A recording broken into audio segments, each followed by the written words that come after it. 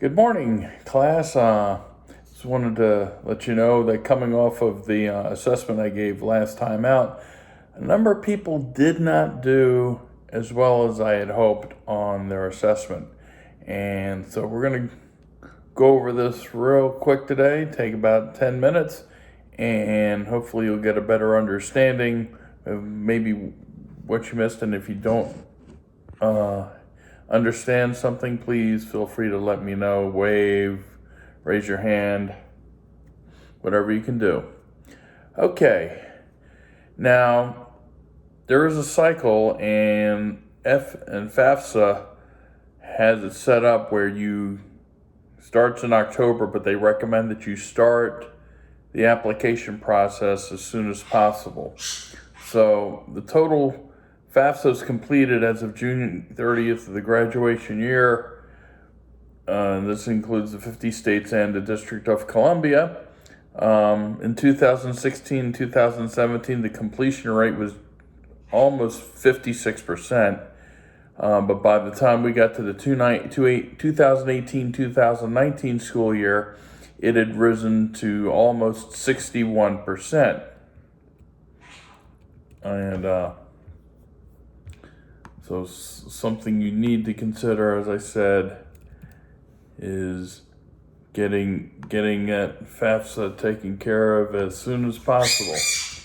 Now, as I said, the FAFSA is available in October, and you need to fill it out as early as possible.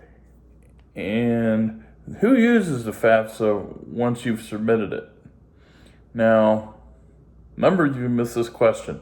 It's used by the colleges you list. So if you want to go to University of Virginia or Virginia Tech or Old Dominion, if you list those on your FAFSA form, and then it goes to those schools, as well as state governments and the federal government, to determine financial need. So what do you receive after you submit the FAFSA? Well, you get a student aid report. Now, there are some myths about financial aid, and as you saw in the question of the day at the beginning of the lesson, about half of graduating high school seniors do not file the FAFSA, even if they may be eligible for financial aid. So, what do you think are some myths from the video? Because it could be things like financial aid is not just given based on income, it is given based on a variety of other circumstances. Now, owning a home or having some money from working does not penalize you. And another myth is most people can get enough financial aid to attend college affordably. So the whole thing, when you're done with college, in a matter of months, you're going to have a bill coming at you from the government, and you have to start paying your loans back. Okay? Now, we talk about FAFSA, but can anybody tell me what FAFSA stands for? Okay, it stands for Free Application for Federal Student Aid. And I should add the bird in the background. His name is Felipe. He is the class bird. You're the class bird. Deal with it. You don't want to be class bird. Now, what are the purposes of FAFSA? Well, it's two things. It provides access to financial aid from the federal government, such as grants, loans, and work study. And also, colleges and universities use the information you submit on the FAFSA to determine how much financial aid to offer to you. Now, true or false, a parent or guardian can use your FSA ID to submit any information for your FAFSA application. Well, they cannot. It is false. Now, which of the following statements is true about filling or filing the FAFSA? Now, one thing, you need to file the FAFSA for every year you wish you will be in school, no matter what. You need to file the FAFSA if you received a tax refund. You only need to file the FAFSA if your parent or guardian's financial situation has changed. or you only need to file the FAFSA if your financial situation has changed. Anybody got an answer? If you selected A, you were correct. You need to file the FAFSA for every year you will be in school, no matter what. Some of you missed that on the assessment last week. So remember that. Now, next, you choose two answers. Why is it best to file the FAFSA as early as possible? A, you have to pay to file the FAFSA once the federal government receives a certain number of applications. B, every college or university has its own FAFSA deadline, so filing early will help you meet all of the deadlines. C, the longer you wait, the federal government adds additional steps to the FAFSA filing process, such as writing essays. Or D, financial aid is awarded on a first-come, first-served basis. Anybody got a clue as to which two you choose? Well, if you choose B or D, or B and D rather, since you had to choose two answers, you would be correct. So every college and university has its own FAFSA deadline, so filing early helps you meet those deadlines, and financial aid is awarded on a first-come, first-served basis, so get your forms in early.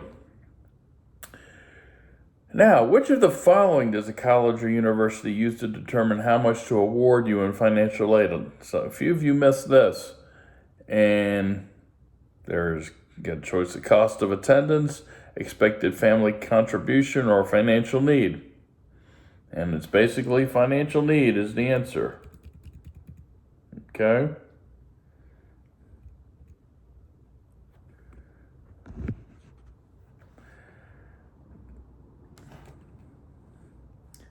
Now, after submitting your FAFSA, you will receive your student aid report.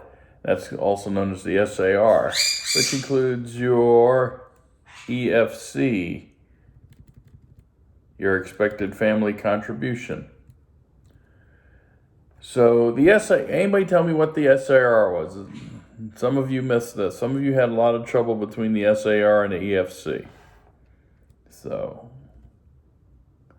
okay. Well, the SAR gives you basic information about your financial eligibility, which includes the EFC and your answers to the FAFSA questions. It also contains data release code, which schools need. And in the EFC, it's the estimated amount that your family can contribute to your education. And you can find your SAR on the fafsa.ed.gov website. Instructions will be sent to your email and can take up to 3 weeks after filing. Your EFC is on the upper right corner of the student aid report. Now, it's important, both are important for different reasons. For the SAR, it's important because it determines your EFC, which is used to decide your eligibility for aid, and you need to check for errors.